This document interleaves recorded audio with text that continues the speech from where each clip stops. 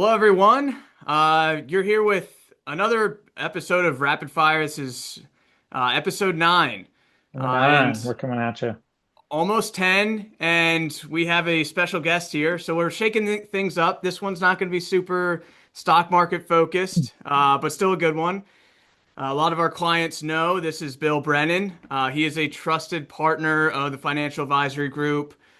He handles all things insurance, a lot of property and casualty, life insurance, really anything that our clients need insurance wise, outside of health insurance. We're pretty much referring to Bill. He's great with our clients. And looking forward for him to share some insights today with Damien and I, and hopefully all of our clients and viewers take something away from this. And we'll share Bill's information as well, probably at the end or in the video description. Yeah, and just welcome to Bill on the episode of Rapid Fire. We don't have many guests so far, so this is a big privilege for you, Bill. And full disclosure, and we say this to most people we put Bill's name out to. I've known Bill for a long time. Graduated with Bill from York College. Bill was unfortunately a lot of years ago. So coming close to 30-ish years ago, we'll just leave it Yep. at that. And Bill and I met actually from the picture behind him. I have to mention that we both played golf at York College, and he conveniently has a picture of him throwback to us playing and actually shout out the NCAA championships in 1997. So one of our claims to fame, right, Billy? Absolutely. I'm Yeah. disappointed it took me 9 episodes to get on here, but I guess it is what it is.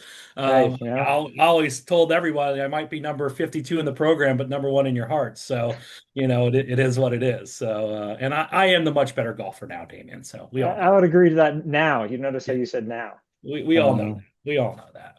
So, So appreciate you coming on with us, Bill. And I guess to jump right into it, right? The property and casualty to get the big question out of the room that I think everyone has today. What in the yeah. world is going on with premiums? Whether it's car insurance, homeowners insurance, it seems like every property and casualty insurance that's out there, Yeah. premiums are just skyrocketing. Any insight onto that side of things? Yeah, boy, it's been a wild ride the last couple of years. Let me tell you. If you know an insurance agent, give them a hug. They need it. Hmm. What we really a lot of people want to point to certain one or two factors with insurance premiums going up, but really it is a combination of a lot of different things. And I think I just want to take like a little step back to like 2020, COVID hit, world shut down. A lot of folks got a refund from their insurance company, right? Insurance companies paid out, it was a little over $7 billion back to people because their policies weren't rated properly, right? So, they gave all this money back, and then 2021 the world went back to a little bit of normalcy, and boy, everybody lost their minds on how to drive, right? So what we saw was there was less people on the road, but accident severity was way up when we're talking about Hmm. auto insurance. Fatalities, the cost, right? So if you remember, you couldn't get a car, you couldn't, everything was so expensive to repair, to replace. So it really kind of put the insurance companies in a bind where they were paying way more out in claims than they were bringing in. So that's with the auto insurance market. That was really kind of what we're seeing, and we're starting to see that market settle out a little bit. Not great, but it's starting to Yeah, settle out. some figures we've seen, Bill, I don't know if you've seen it, that it Yeah. seems like at least the rate of increases is slowing down. I don't know if Yes. you've seen that. No, 100%. Yeah. I mean, there are actually carriers now really kind of out there looking for business. And that's what we need as consumers, right? And we need carriers that want business for those good risks. And then you look at the home insurance stuff, home insurance, once again, the cost of rebuild, inflation has caused, so many different things. Weather, we're seeing what seems to be worse weather than we've ever have. And really, insurance companies, they buy insurance for the insurance they sell. So the reinsurance market, the prices have skyrocketed. So insurance companies didn't want to grow as much because the cost to insure what they were insuring, if that makes sense, Mhm. it just really skyrocketed. So, if they would sell a policy for, let's say, $1,000, they might be paying 1,050 to match those premiums. So, Yeah. it was really kind of a tough market for a few years. So, Hmm. yeah. Okay. So and it has settled down quite a bit. Yeah. Yeah, I got to renew my insurance and there was no Yeah. increase this year, so I Yeah. think that's kind of becoming a similar trend. But anyway, kind of reframing the conversation, what's one big mistake, maybe the most common mistake that you see clients of yourself that are making with maybe their insurance before they come to you? Yeah, I think a couple things that we see. So we're a big advocate of coverage, right? So when clients come to us, yeah, we're looking for what I would call value, right? We're looking for the right coverage for the right price. We're not looking for cheap insurance, right? Cheap Yeah. insurance is not what you want. So I think one of the things that we see people make that mistake is they trip over.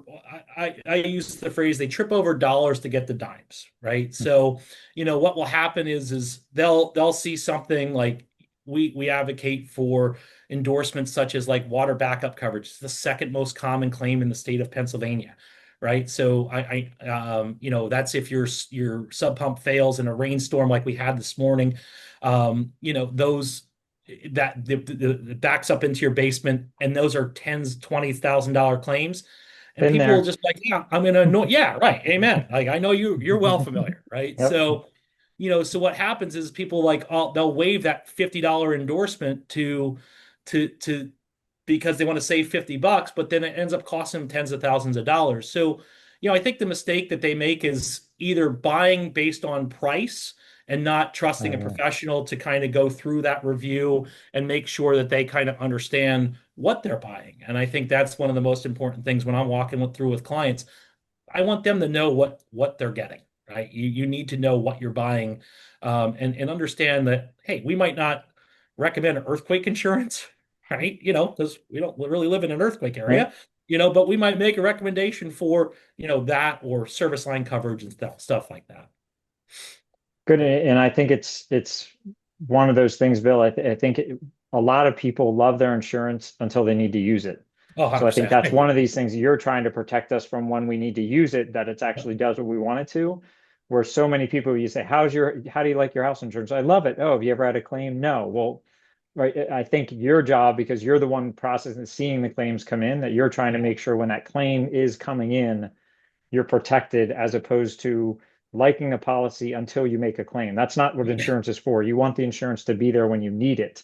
And that's, I guess, what you're looking out for. I always chuckle because somebody was like, "Oh, I don't know if I like the reviews of that company." I'm like, "Oh, have you ever gone on and said, I love my insurance company taking my Yeah. premiums?" Like, it's usually in a situation where they didn't buy the right coverage, right? Or, something happened. And, we all love, we all, insurance is a necessary evil in our market, in our world. And, Yep. it is what it is. And, but yeah, absolutely. It's when you need it is when you realize what you did. And I guess to piggyback a little bit off that, to keep the discussion going on cost, is Mhm. if someone does say, "Hey, Bill, I'm trying to save some premium," right? Is there any Yeah. place, or is it client specific, sort of if someone says, "Hey, I really am looking to save premium," are there places you tend to look? Yeah, well, I think a couple things. Working with a broker is probably the number one thing, right? So Which, if full if you disclosure, Bill is a broker independent, so has multiple lines of coverage, different companies, which is yeah what we like about Bill. So anyways, back to, yeah, I mean, so when you're the world, people, it is client specific, right? So just because grandma had Jake from State Farm or USA or whatever along those lines, it doesn't mean that that's the right fit for you, right? And the right fit now, like what happens when you're looking at captive carriers like those, you're trying to fit a square peg into a round hole. Well, guess what? We got square holes over here. And I think that's the biggest thing is, people are just think because that's who grandma had, that's who we need to go with. It's right, find that right opportunity for what your situation is, right? And there's so many factors that go into that. When we're working with clients, we're asking questions to start to identify which carrier makes the most sense for them. Um, we also tell folks to, really you should be evaluating insurance if nothing changes in your world, right? Every 2 to 3 years, because you'll get those little premium increases because yep. your dwelling coverage increased over the last couple of years. You saw a big jump in probably 2023 is when the biggest jump the carriers made that adjustment. where your home replacement cost might have been 500,000 and now it's 700,000. And well, that's going to affect the bottom line on premium.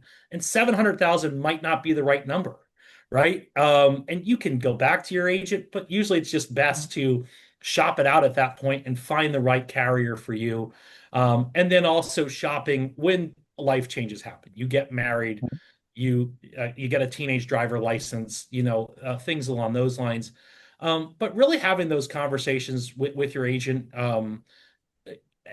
every couple of years, or if you notice a big increase, I have clients reach out to me all the time. Hey, Bill, I noticed it doesn't take us that long to reshop it. Once, Yep.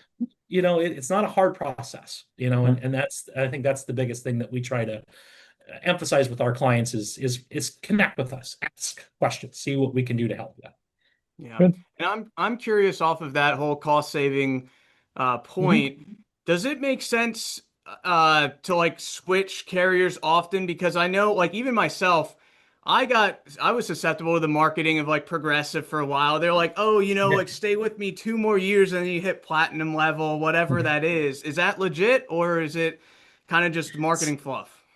So I'm going to give you like, sometimes it's like the peek behind the Wizard of Oz curtain, So loyalty to a carrier is a certain rating factor, right? If you've been with the same carrier, but it's a rating factor for the new carrier, right? So let's say you're with Nationwide and you've been with them for 5 years and you come to me and say, hey, my rates have gone up. Can you look at this? The next insurance company will look at that as favorable because hey, you've stayed with them for so long, right?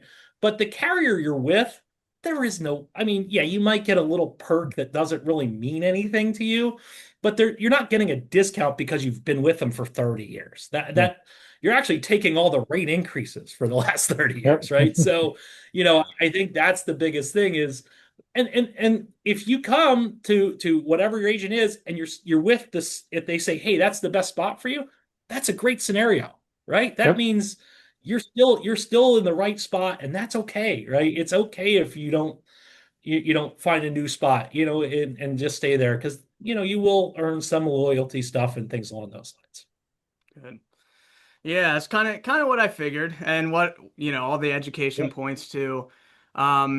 And just to kind of switch gears a little into more Yeah. liability protection, umbrella policies. Yeah. That's a big thing for Yeah. us as financial planners. We view that as like a worst Yeah. case situation insurance that you should have. It kind of supplements auto, homeowners.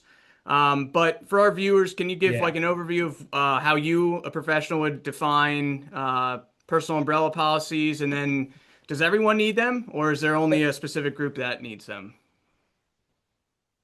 Yeah, umbrella policies are something we always advocate for. It's always part of the conversation. And I think, especially in what you guys do is you're trying to help grow wealth for your clients, and then my job is to protect that wealth if that worst case scenario happens. And folks will sit there and say, "Oh, I don't want." Like it's never going to happen to me. Well, they're called accidents for a reason, and unfortunately, big accidents, and there are a lot of billboards for attorneys, personal injury attorneys, and they're going to find every avenue that they can to come after what you guys are doing. So, an umbrella policy, to kind of define it, is you have your limits on your auto insurance, and you have your liability limits on your homeowner's insurance.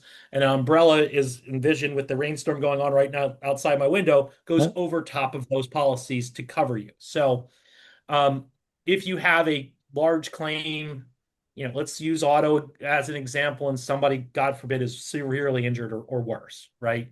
There's going to be a claim and there's going to be a payout. And if your limits, which good limits are 250,000 per person, Yep. 500,000 per accident. So if there's multiple people in the car, and at 250, that's it, right? And most people say that's a lot of money. Well, in today's market, it's not.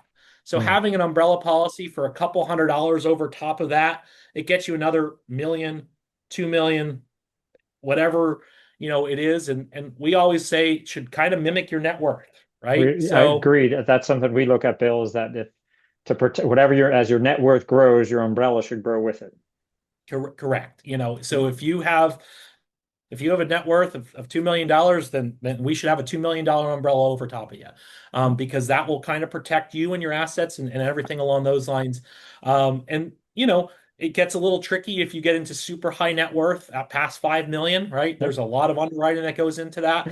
But at the same point, like you can get an umbrella for $1 to $5 million pretty easily, and without a ton of underwriting or questions or anything along those lines. But yeah, I mean, so umbrella policies, very, very affordable way to protect your assets. And that I always tell people, for $200 a year, do you want peace of mind to have another $1 million? I mean, all day, every day.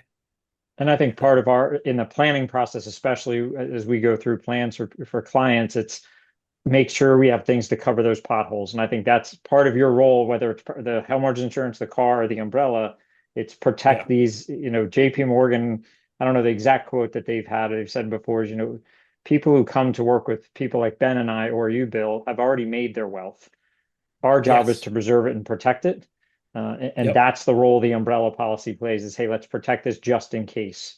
So thank you for joining us. Sorry to have to wrap up as we try to keep these, episodes as informative as possible. Really appreciate you joining us on this. Bill, like Ben said, we'll make sure that we get Bill's contact information out there. Bill, do you want to just if you want to tell us now the best way for people to contact you? We'll get it out there in the link as well, but what's the best way for people to get a hold of you? I always tell people my cell phone is always attached to my hip, so that's the best way, 717-324-7834. Email is bill.brennan@goosehead.com. But love the chat. Anybody has any questions, I don't bite, I promise. You're going to get an honest review and be able to help you guys out if you need it. So I'm always happy to talk. Yeah, Bill, it's been a pleasure. Thank you for sharing your insights on episode 9 of Rapid Fire. Maybe we'll bring you back eventually. I feel honored that I got into single digits. I feel honored I'm in single digits, so I'll take the win where I can get it. All right, awesome. Thank you for joining us, Bill.